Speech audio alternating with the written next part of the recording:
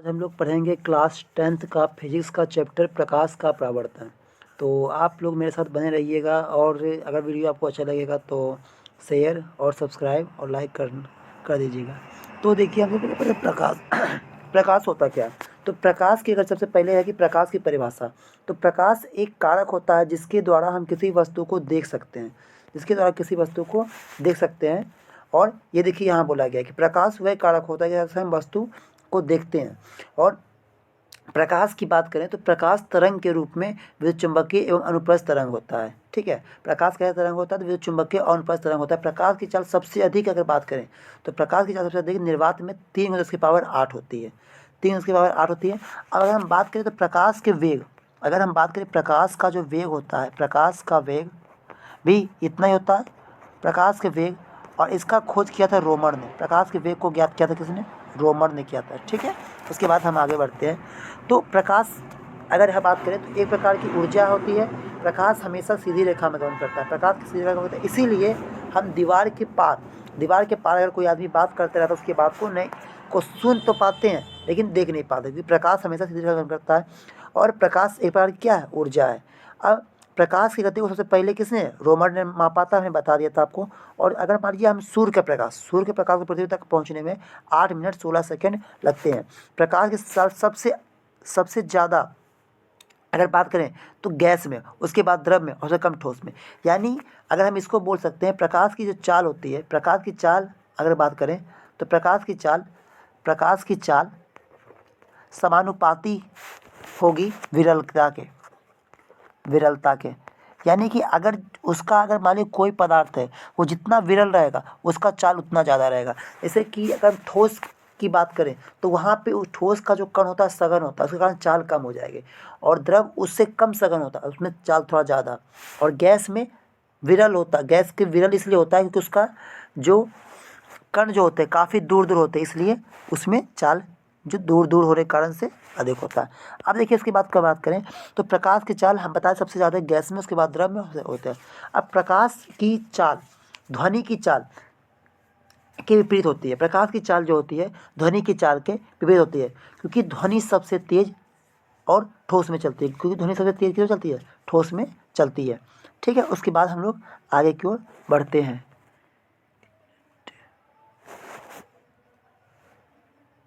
तो देखिए इसमें प्रकाश स्रोत के बारे में कहा गया है। तो प्रकाश स्रोत कहते किसे हैं तो इसके बारे में हम जानते हैं। तो प्रकाश स्रोत क्या होता है? तो प्रकाश स्रोत की बात करें कि जिससे प्रकाश निकलता है, तो जिस भी वस्तु से अगर प्रकाश निकल रहा है, जैसे इससे प्रकाश अगर निकल रहा है तो ये प्रकाश स्रोत कहलाएगा। सूर्य हो जाएगा, मोमबत्ती हो जाएगा, लालटेन हो जाएगा।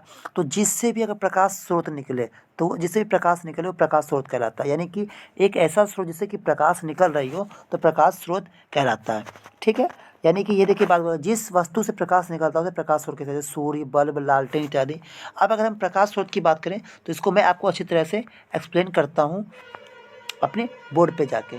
ठीक है, देखिए जैसे कि प्रकाश स्रोत की बात आई तो प्रकाश स्रोत की अगर हम बात करते हैं तो यहाँ देखिए अगर प्रकाश स्रोत की बात आती है तो प्रकाश स्रोत अगर यहाँ देखिए कि प्रकाश स्रोत अगर आता है तो प्रकाश स्रोत जो होता है ये 2 तरह का होता है। किस तरह का होता है? 2 तरह का होता है। अगर एक की बात करें तो कृत्रिम, एक हो गया कृत्रिम और दूसरा हो गया प्राकृतिक। यानी कृत्रिम अगर बात करें तो कृत्रिम जिसे प्रकृति ने बनाया है, जिसे किसने बनाया है? प्रकृति ने। और अगर हम बात करें प्राकृतिक, एक मिनट अगर हम कृत्रिम की बात करते हैं तो कृत्रिम की जिससे की बात करें तो कृत्रिम जिसे मनुष्य ने बनाया है, जिसे किसने बनाया? मनुष्य ने बनाया है। और अगर प्राकृतिक की बात करें तो जिसे प्रकृति ने बनाया है, इसी इसका नाम प्राकृतिक हो गया। तो ऐसे स्रोत जिसे प्रकृति ने बनाया है उसे प्राकृतिक और इसे कृत्रिम में। तो प्राकृतिक में हो गए जुगनू, प्रकृति में क्या हो गए? जुगनू हो गए। प्राकृतिक स्रोत में जुगनू हो गए, सूर्य हो गए, जुगनू सूर्य। और अगर कृत्रिम की बात करें तो लैंप,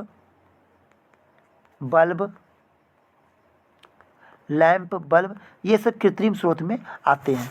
ठीक है, उसके बाद हम लोग आगे की ओर बढ़ते हैं। तो बिल्कुल उसी तरह से ये 2 प्रकार के होते हैं, जैसा कि आप देख सकते हैं। अब इसके बारे में आगे की ओर बढ़ते हैं। ये देखिए प्राकृतिक और मानव निर्मित। मानव निर्मित को ही कृत्रिम बोलते हैं। मानव क्या बोलते हैं? कृत्रिम बोलते हैं। तो प्राकृतिक स्रोत में जिसे प्रकृति ने बनाई, जैसे सूर्य, तारे आदि जो प्रकाश के प्राकृतिक स्रोत हैं, जैसे सूर्य तारे की बात करें तो ये अपने आप बने हैं, इन्हें हमने नहीं बनाया। लेकिन मानव निर्मित, जैसे कि अगर बात करते हैं मोमबत्ती को हम ही लोग ने बनाया है, लालटेन को हम ही लोग मनुष्य ने बनाया है स्ट्रीट लाइट, स्ट्रीट लाइट से बोलते हैं जो कि गली वगैरह में लगी होती है लाइट। इस तरह के आप लाइट देखे होंगे कि इस तरह की अगर जो लाइट लगी होती है उसे स्ट्रीट लाइट बोलते हैं। इस तरह की जो लाइट लगी होती है उसे स्ट्रीट लाइट बोलते हैं, ठीक है। और ये जो प्रकाश के मानव निर्मित स्रोत होते हैं। अब सूर्य, हम पृथ्वीवासियों के लिए अगर प्रकाश का सबसे बड़ा स्रोत बोलेगा तो सूर्य होता है। प्रकाश से बड़ा स्रोत क्या है? सूर्य। प्रकाश का सबसे बड़ा स्रोत सूर्य है। अब सूर्य जो है, सूर्य हम पृथ्वीवासियों से लगभग कितना? 1.5 करोड़ किलोमीटर दूर है। सूर्य हम पृथ्वीवासियों से लगभग 1.5 करोड़ किलोमीटर दूर है। प्रकाश के जितने भी स्रोत हैं उनमें अन्य प्रकार के विभिन्न ऊर्जा को प्रकाश में बदला जाता है। यानी प्रकाश जितने भी स्रोत होता है उसमें, जैसे कि अगर हम बात करते हैं मोमबत्ती को, तो मोमबत्ती में क्या होता है? रासायनिक ऊर्जा को प्रकाश ऊर्जा में बदला जाता है। अगर हम बात करते हैं बल्ब को, अगर हम बात करते हैं बल्ब की, तो बल्ब में क्या होता है? तो बल्ब में विद्युत ऊर्जा को प्रकाश ऊर्जा में बदलता है। तो जितने भी स्रोत हैं उसमें अलग अलग प्रकार की ऊर्जा को प्रकाश में बदल जाता है, तो वो प्रकाश के स्रोत कहलाते हैं। जैसे हम बात करते हैं लैंप, लालटेन आदि में तेल में जो संचित रासायनिक ऊर्जा होती है उसे प्रकाश में बदलते हैं। जैसे बिजली के बल्ब में भी हमने बताया कि विद्युत ऊर्जा को प्रकाश ऊर्जा में बदला जाता है, ठीक है। उसके बाद अगर हम आगे की ओर बढ़ते हैं, अब देखिए, अब प्रदीप्तिमान या दीप्तिमान वस्तु कैसे कहते हैं?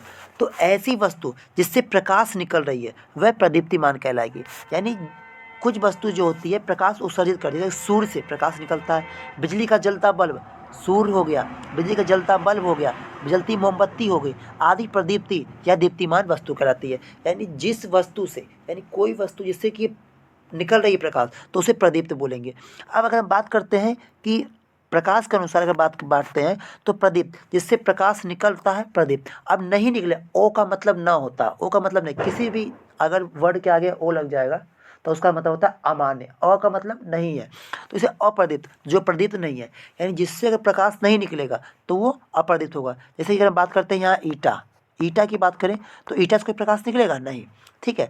तो जो वस्तु प्रकाश उत्सर्जित नहीं करती है, निकलती है, तो उसे अप्रदीप्त बोलते हैं। जैसे कि टेबल, कुर्सी, पुस्तक, ये सबसे प्रकाश नहीं निकलता, इसलिए अप्रदीप्त वस्तु हो जाती है, अप्रदीप्त वस्तु होती है। अब इसी में अगर हम बात करते हैं प्रदीप्त, अप्रदीप्त, एक होता है स्फुरदीप्त, एक क्या होता है? स्फुरदीप्त। स्फुरदीप्त की बात करें तो स्फुरदीप्त ये होता है कि अगर इसमें प्रकाश देंगे, अगर स्फुरदीप्त वस्तु ऐसा होता है कि वैसा वस्तु इसमें प्रकाश पड़ने पर ये अवशोषित कर ले, प्रकाश को अवशोषित कर ले, और जब प्रकाश ना रहे, प्रकाश ना रहे तब प्रकाश को उत्सर्जित करे। यानी कहने का मतलब है स्फुरदीप्त उसे कहेंगे जब प्रकाश देंगे तो ये अवशोषित करेगा, यानी सोखेगा, अवशोषित कर लेगा, और जब प्रकाश नहीं रहने पर ये प्रकाश नहीं रहने पर ये प्रकाश उत्सर्जित करेगा, तो इसे बोलते हैं स्फुरदीप्त, ठीक है। अब उसके बाद किरण, तो हमेशा एक सरल रेखा पर चलने वाले प्रकाश को किरण कहते हैं। यानी अगर कोई भी है, अगर मान लीजिए देखिए किरण की मैं बात करता हूँ, तो इस तरह से अगर कोई लाइन गई है, इस तरह से अगर कोई लाइन जाती है, इस तरह से अगर आप लाइन देख रहे हैं तो ये किरण हो गया।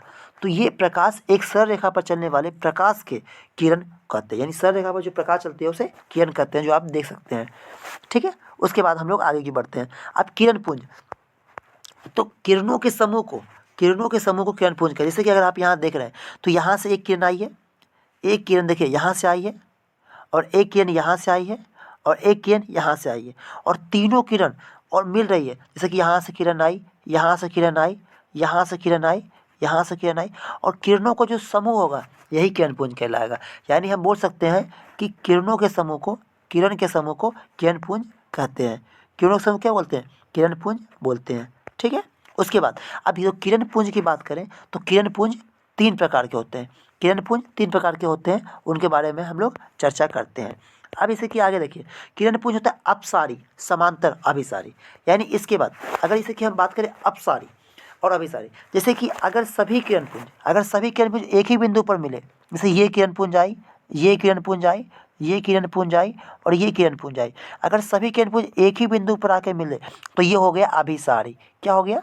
अभिसारी। अभिसारी बोलते हैं इसे, क्या बोलते हैं? अभिसारी। लेकिन अगर बात करें अपसारी, अगर कोई किरण एक बिंदु से अगर आए, यानी आए यहाँ से आए, अगर बात करें यहाँ पे आए और यहाँ से आने के बाद अगर फैल जाए, इधर फैल जाए, फिर यहाँ से इधर फैल जाए, इधर फैल जाए, यानी इधर फैल जाए, ये फैल जाए, तो ये हो जाएगा अपसारी, ये हो जाएगा अपसारी, अपसारी। और कोई किरणपुंज नहीं फैले और जैसा है वैसा ही रहे, यानी कि समांतर की रहे। जैसे कि हम बात करते हैं, इधर की बात करते हैं, जैसे ये किरण आए यहाँ पे, ये किरण आए समांतर, ठीक है, ये किरण समांतर और ये किरण समांतर, तो इस तरह से किरण जो होगी वो समांतर किरणपुंज में बात करेंगे। इसे है हम आगे देखेंगे। देखिए यहाँ अपसारी में क्या होगा, तो अपसारी में किरणपुंज क्या होती है कि प्रकाश की किरणें एक बिंदु स्रोत से निकल कर फैलती चली जाती है। जैसे कि देखिए यहाँ पे ये फैल रही है, ये फैल रही है, फैल रही है, तो ये फैलती हुई चली जाती है। अब समांतर की बात करेंगे तो समांतर में किरण क्या होती है, एक दूसरे के समांतर होती है, एक दूसरे के समांतर होती है, फिर समांतर किरणपुंज की बात करते हैं।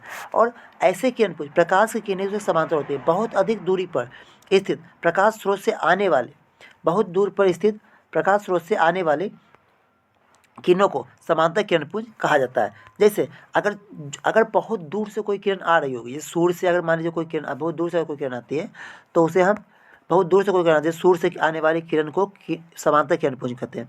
अब अभिसारी, तो ऐसी किरण जहाँ एक बिंदु पर आकर मिलती है, जैसे कि यहाँ पे क्या है, सभी किरण आ रही है और एक बिंदु पर मिलती है। मैं आपको बताया था कि सभी किरण अगर एक बिंदु पर आकर मिलेगी तो ये अभिसारी किरणपुंज कहलाएगा। तो हो गया, तो यानी कि इस प्रकार के किरणपुंज में प्रकाश की किरणें एक दूसरे से आकर मिलती है या मिलती हुई प्रतीत होती है, तो उसे अभिसारी किरणपुंज कहते हैं।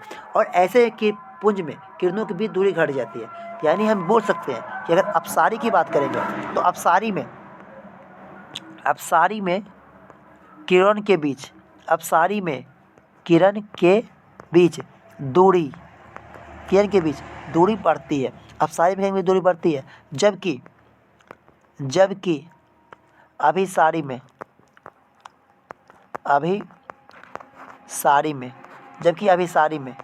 किरण के बीच, जबकि अभिसारी में किरण के बीच दूरी घटती है, दूरी क्या होगी, घटती है। ठीक है, उसके बाद अब प्रकाश का प्रकीर्णन क्या होता है, तो प्रकाश का प्रकीर्णन क्या होता है, प्रकाश का प्रकीर्णन के बारे में हम लोग इसके बारे में चर्चा करते हैं। तो अब देखिए, जैसे कि जब प्रकाश सूक्ष्म कणों पर पड़ता है, जब प्रकाश सूक्ष्म कणों पर पड़ता है तो वे कण उन पर पड़ने वाले प्रकाश को कुछ ऊर्जा को अवशोषित कर लेते हैं और फिर उसे चारों ओर विकिरित करते हैं। इस प्रक्रिया को प्रकाश का प्रकीर्णन कहते हैं।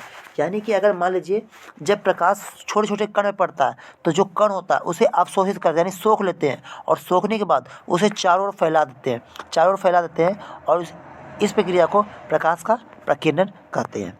ठीक है, अब अगर हम वस्तु की बात करें तो वस्तु 3 तरह होती है, पारदर्शी, पारभासी, अपारदर्शी। तो पारदर्शी को बोलते हैं ट्रांसपेरेंट, ट्रांसलूसेंट, ओपेक, ओपेक। ठीक है, तो ये बोला जाता है, यानी पारदर्शी जिसके पार हम देख सकें, पारदर्शी मतलब जिसके पार देख सकें, जिसके पार देख सकें, तो इसे पारदर्शी बोलते हैं। क्या बोलते हैं, पारदर्शी।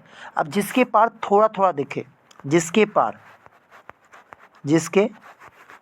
पार थोड़ा दिखाई दे या थोड़ा दिखाई दे। अब इसके अपारदर्शी का मतलब होता है जिसके पार नहीं देख सके, जिसके पार नहीं देख सके। तो जिसके पार नहीं देख सकेंगे अपारदर्शी, जिसके पार देख सकेंगे पारदर्शी, जिसके पार नहीं देखेंगे, जिसके पार थोड़ा थोड़ा देखेंगे पारभासी और अपारदर्शी। इंग्लिश में बोलते हैं transparent, translucent, opaque, transparent, translucent, opaque. अब हम लोग आगे की ओर बढ़ते हैं। तो पारदर्शी भी बताया जिसके होकर प्रकाश आसानी से पार कर जाता है, तो हम देख सकते हैं, तो पारदर्शी।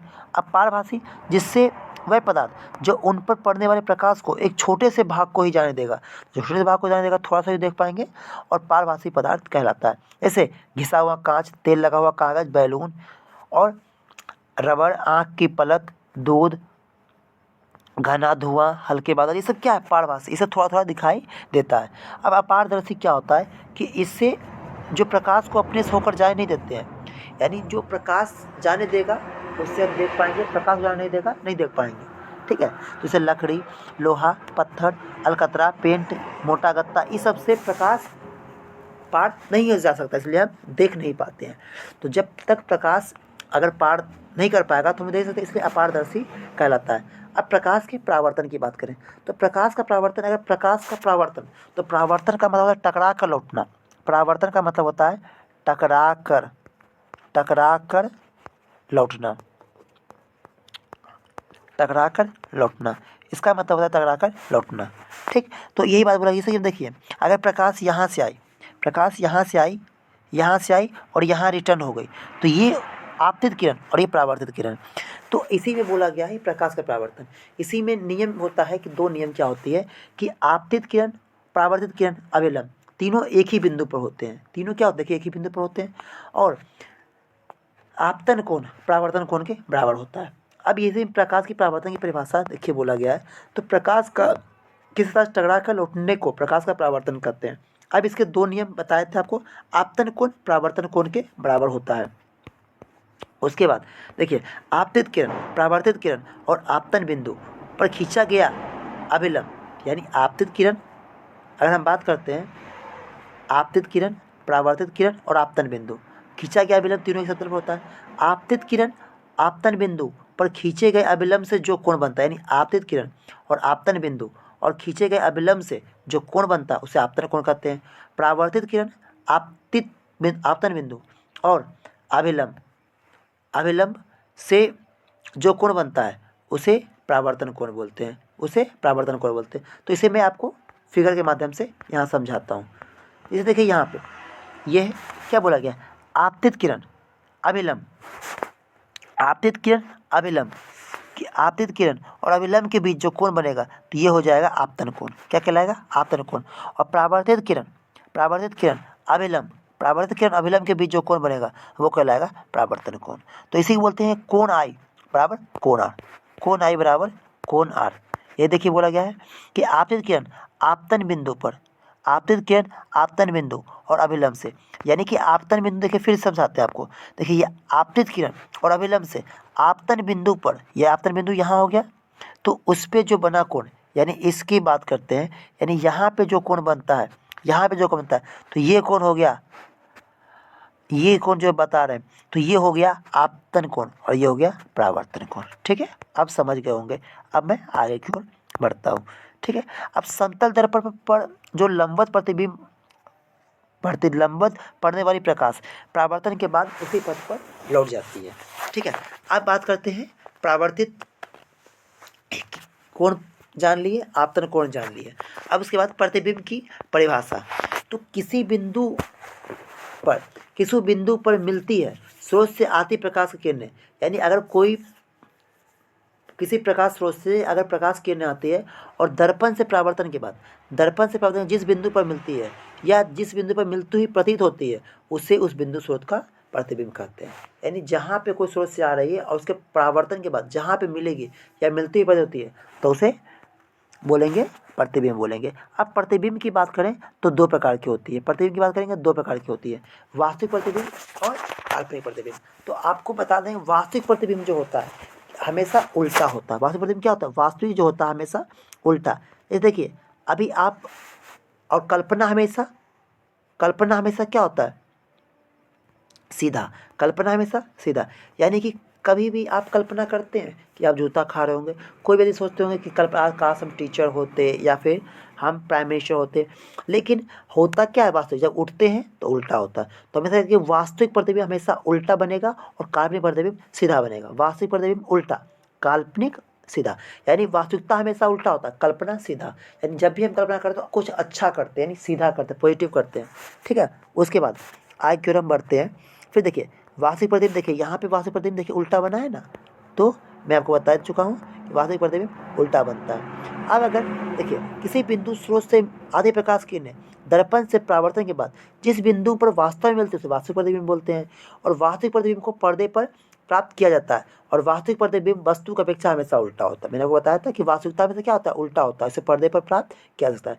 अब आभासी प्रतिबिंब की बात करें तो किसी बिंदु स्रोत से किसी बिंदु मिलती है, यानी आभासी प्रतिबिंब जिस बिंदु पर मिलती है या स्रोत से आती प्रकाश किरणें दर्पण से परावर्तन के बाद जिस बिंदु पर आती हुई प्रतीत होती है उसे उस बिंदु स्रोत का आभासी प्रतिबिंब कहते हैं। ठीक है, अब प्रतिबिंब को पर्दे पर, ये आभासी प्रतिबिंब जो होता है इसको पर्दे पर प्राप्त नहीं कर सकते हैं। ठीक है, और आभासी प्रतिबिंब में सीधा होता है, इसे बता चुका हूँ। और समतल दर्पण में समान प्रतिबिंब बनता है। समतल दर्पण में समान प्रतिबिंब बनता है और जितना दूरी पर वस्तु रहेगा उतना ही दूरी पर प्रतिबिंब बनेगा। समतल दर्पण की बात करें तो समतल दर्पण में अगर हम बात करते हैं तो समतल दर्पण में प्रतिबिंब जो होता है, समतल दर्पण प्रतिबिंब समान बनेगा, समान बनेगा, समान दूरी पर बनेगा, समान दूरी पर बनेगा, समान दूरी पर, समान प्रतिबिंब बनेगा, समान दूरी पर बनेगा।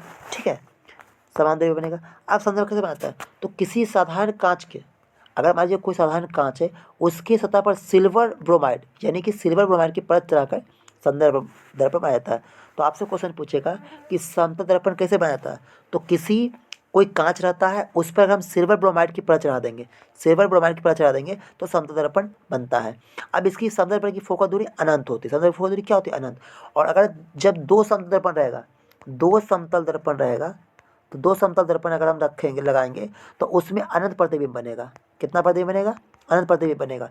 लेकिन सबसे स्पष्ट प्रतिबिंब, सबसे स्पष्ट प्रतिबिंब बनेगा, सबसे स्पष्ट प्रतिबिंब, सबसे स्पष्ट प्रतिबिंब दूसरा बनेगा। सबसे प्रतिबिंब क्या बनेगा, दूसरा, सबसे प्रतिबिंब दूसरा बनेगा। ठीक है, अब देखिए, अब हमने बताया कि समतल दर्पण से बने प्रतिबिंब क्या होती है, तो प्रतिबिंब दर्पण से उतने ही पीछे बनेगा जितना कि वस्तु दर्पण से आगे रहेगी। प्रतिबिंब का आकार वस्तु के आकार के बराबर बनता है, वस्तु की अपेक्षा सीधा बनता है, लेकिन पार्श्विक उल्टा, पार्श्विक उल्टा का मतलब होता है, पार्श्विक उल्टा का मतलब होता है दाएं का बाएं, दाएं का बाएं, यानी जो आपके दाएं होगा वो प्रतिबिंब में बाएं दिखेगा और जो प्रतिबिंब का बाएं होगा वो आपके दाएं दिखेगा। और प्रतिबिंब हमेशा आभासी होती है जिसे हम पर्दे पर प्राप्त नहीं कर सकते, यानी पर्दे पर हम सिर्फ वास्तविक प्रतिबिंब को प्राप्त कर सकते हैं, आभासी प्रतिबिंब को नहीं। अब बात करते हैं, प्रतिबिंब दर्पण से उतना ही आगे होगा जितना कि वस्तु, प्रतिबिंब दर्पण से उतना ही पीछे होगा जितना कि वस्तु दर्पण से आगे होगा। ठीक है, उसके बाद हम लोग आगे की ओर बढ़ते हैं। अब गोलीय दर्पण, तो गोलीय दर्पण जो होता है वह परावर्तक सतह, गोलीय दर्पण का परावर्तक सतह किसी खोखले गोले का भाग होता है। अब गोलीय दर्पण दो प्रकार के होते हैं, तो अवतल दर्पण और उत्तल दर्पण, अवतल दर्पण और उत्तल दर्पण। तो अवतल दर्पण की बात करें तो जिसका परावर्तक सतह धंसा हुआ रहेगा, जैसे ये है, तो ये अवतल दर्पण। अगर उठा हुआ रहेगा, ठीक है, अगर उठा हुआ रहेगा तो ये हो जाएगा उत्तल दर्पण। ठीक है, तो ये बात हो गया। अब देखिए इधर की हम बात करते हैं, तो देखिए आप दिख रहे हैं, तो ये अगर जैसे दिख रहा है तो ये हो गया अवतल दर्पण, धंसा हुआ परावर्तक सतह है, और उठा हुआ रहेगा तो उत्तल दर्पण हो गया। ठीक, उसके बाद अगर बात करते हैं तो देखिए गोलीय दर्पण, जो गोलीय दर्पण जो होता है यहाँ की बात करते हैं, तो गोलीय दर्पण का जो मुख्य बिंदु होता है, गोलीय दर्पण के मध्य बिंदु को दर्पण का ध्रुव कहते हैं। तो ये गोलीय दर्पण हो गया। अब दर्पण का जो मध्य बिंदु यानी इसको ध्रुव बोलते हैं, यहाँ पे देखिए आपको दिख रहा होगा कि इसको बोलते हैं, गोलीय दर्पण को इसको बोलते हैं ध्रुव, यहाँ पे ध्रुव दिख रहा होगा। ठीक है, ये ध्रुव है। और वक्रता केंद्र, यानी जिस केंद्र का, यानी गोलीय दर्पण जिस गोले का भाग होता है, गोलीय दर्पण जिस गोले का भाग, उसका जो केंद्र होता है यही वक्रता केंद्र कहलाता है। ये कहता है वक्रता केंद्र कहलाता है। और वक्रता त्रिज्या, गोलीय दर्पण जिस गोले का भाग होता है उसकी त्रिज्या को, गोलीय दर्पण जिस गोले का भाग होता है उसकी त्रिज्या को वक्रता त्रिज्या कहते हैं। और यह दूरी ध्रुव से वक्रता केंद्र के बीच होती है, यानी कि ध्रुव से वक्रता केंद्र के बीच की दूरी को वक्रता त्रिज्या कहते हैं। इसे आर से दूरी करते हैं। यानी हम बोल सकते हैं कि देखिए, अगर आप ये दिख रहा है, यानी कि अगर यहाँ से, अगर हम बात करते हैं यहाँ से यहाँ तक की जो दूरी आपको दिख रही है, ये हो गया वक्रता केंद्र कहलाएगा। ये वक्रता केंद्र या वक्रता त्रिज्या बोलेंगे, क्या बोलेंगे, वक्रता त्रिज्या। और इसका जो आधा रहेगा, यानी यहाँ पे इसका जस्ट आधा पे जहाँ मैं लाइन खींचा, तो ये कहलाएगा फोकस। क्या कहलाएगा, फोकस कहलाएगा। ठीक है, फोकस कहलाता है। उसके बाद हम आगे बढ़ते हैं। उसके बाद फिर देखिए, अब प्रधान है, तो दर्पण के ध्रुव से वक्रता केंद्र की ओर जाने वाली रेखा, दर्पण के ध्रुव से वक्रता केंद्र की ओर जाने वाली रेखा को दर्पण का प्रधान या मुख अक्ष कहते हैं।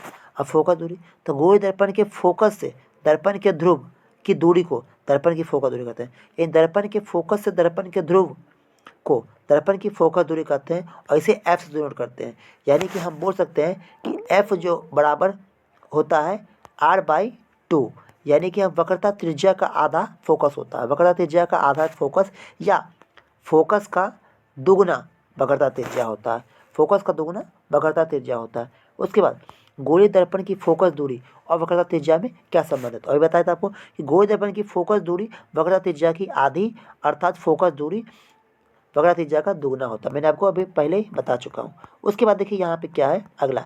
अब अपतल की परिभाषा। तो किसी गोलीय दर्पण की बाहरी सतह को रचित करने से, यानी रचित मैंने कि कलई करना यानी पेंट करने से अपतल दर्पण बनता है। अब अपतल दर्पण क्या होता है। तो अपतल दर्पण की बात करें तो अपतल दर्पण किरणों को अभिसारित करता है। अभिसारित का मतलब कि एक जगह पे मिला देना, सभी किरणों को एक जगह मिल रहा है यानी इस तरह से मिल रहा है, तो ये अपतल दर्पण हो गया। ठीक है।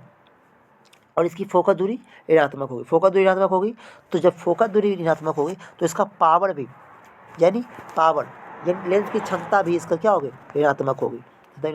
इसकी प्रतिबिंब वास्तविक, काल्पनिक, छोटा, समान आकार, बड़ा भी बनता है। अब इसकी बात करें तो आँख, कान, नाक, मुंह यानी कि सभी जगह, सिर्फ अगर हम बात करें रोड लैम्प और पक्ष दर्पण में या पक्ष दर्पण साइड मिरर की बात करें, पक्ष दर्पण में उत्तल का हो इस्तेमाल होता है। उत्तल दर्पण का इस्तेमाल होता है। बाद बाकी सभी में अपतल दर्पण का इस्तेमाल होता है। अपतल दर्पण का इस्तेमाल होता है। उसके बाद तो बताए कि दाढ़ी हजामदस्ताने में आँख, कान, नाक, मुंह की जांच करने में होता है और सौर बत्ती एवं टॉर्च में होता है। अब अपतल दर्पण की आरेख की बनावट की अगर बात करें तो ये मतलब कि जैसे कि अगर बात ये तो इसे मैं आपको फिगर के द्वारा समझा दूंगा। इसे अभी इतना पढ़ने की ज़रूरत नहीं है। ठीक है, मैं आरेख के द्वारा बना के सिखा दूंगा आपको कैसे कैसे होता है। अब यहाँ पे देखिए इस अभी अब उत्तल दर्पण की परिभाषा जानते हैं। तो गोलीय दर्पण को अगर भीतरी सतह को स्थित करते हैं तो उत्तल दर्पण बनता है। इसे अपसारिका, देखिए इसमें क्या हो रहा है, प्रकाश आके फैल जाता है, यहाँ से परावर्तित फैल जाएगा तो अपसारी बोलते हैं। अब उत्तल दर्पण की प्रतिबिंब फोकस दूरी क्या होगी, इसकी फोकस दूरी धनात्मक होगी और प्रतिबिंब छोटा बनेगा, केवल आभासी प्रतिबिंब बनता है। और आभासी बनेगा तो सीधा बनेगा, आभासी बनेगा तो क्या होगा, सीधा बनेगा, आभासी बनेगा तो सीधा बनेगा। उसके बाद अगर हम बात करते हैं तो उत्तल दर्पण का उपयोग हम क्या करेंगे। तो उत्तल दर्पण का उपयोग बताए कि किसी छोटी जगह में ज़्यादा जगह को देखने के लिए उत्तल दर्पण का प्रयोग करते हैं। जैसे गाड़ी के साइड मिरर में होता है, स्ट्रीट लाइट में होता है। तो उत्तल दर्पण प्रतिबिंब हमेशा काल्पनिक, सीधा और छोटा प्रतिबिंब बनता है। नई चीज परिवार को सर ध्रुव के सामने और नीचे की दूरी ऋणात्मक, ध्रुव के सामने और नीचे की दूरी ऋणात्मक होती है, जबकि ध्रुव के पीछे और ऊपर की दूरी धनात्मक। ये भी मैं आपको एक बार ग्राफ के माध्यम से समझा दूंगा। ठीक है। अब आवर्धन क्या होता है। तो प्रतिबिंब की ऊंचाई और वस्तु की ऊंचाई के अनुपात को आवर्धन बोलते हैं, जिसे या फिर हम इसे या वस्तु दूरी और प्रतिबिंब की दूरी के अनुपात को भी आवर्धन बोलते हैं। आवर्तन का धनात्मक मान दर्शाता है कि प्रतिबिंब काल्पनिक और सीधा बन रहा है, और ऋणात्मक मान दर्शाता है कि प्रतिबिंब वास्तविक और उल्टा बन रहा है। ठीक है। अब गोलीय दर्पण की बात करें तो गोलीय दर्पण में F फोकस दूरी, U वस्तु दूरी और V प्रतिबिंब दूरी। और दर्पण सूत्र की बात करें, दर्पण सूत्र जो कि परीक्षा की दृष्टि से इम्पोर्टेंट है, जैसे कि ये हो गया दर्पण सूत्र। तो दर्पण सूत्र ये होता है 1/V + 1/U + 1/F। कहीं कहीं पे इसको ये भी दिया जाता है UV, कहीं कहीं दिया जाता है UV U/U + V = F, ये भी दिया रहता है सूत्र। तो आप कंफ्यूज मत हो जाएगा, अगर ये दिया गया तो ये आप बोल सकते हैं। ठीक है। उसके बाद अब हम लोग इस तरह से हम लोग ने जितना भी इनका थ्योरिकल पार्ट का क्वेश्चंस था हमने याद कर लिया और हम लोग ने पढ़ लिया। अब इसका न्यूमेरिकल हम अगले वीडियो में पढ़ेंगे। थैंक यू, धन्यवाद।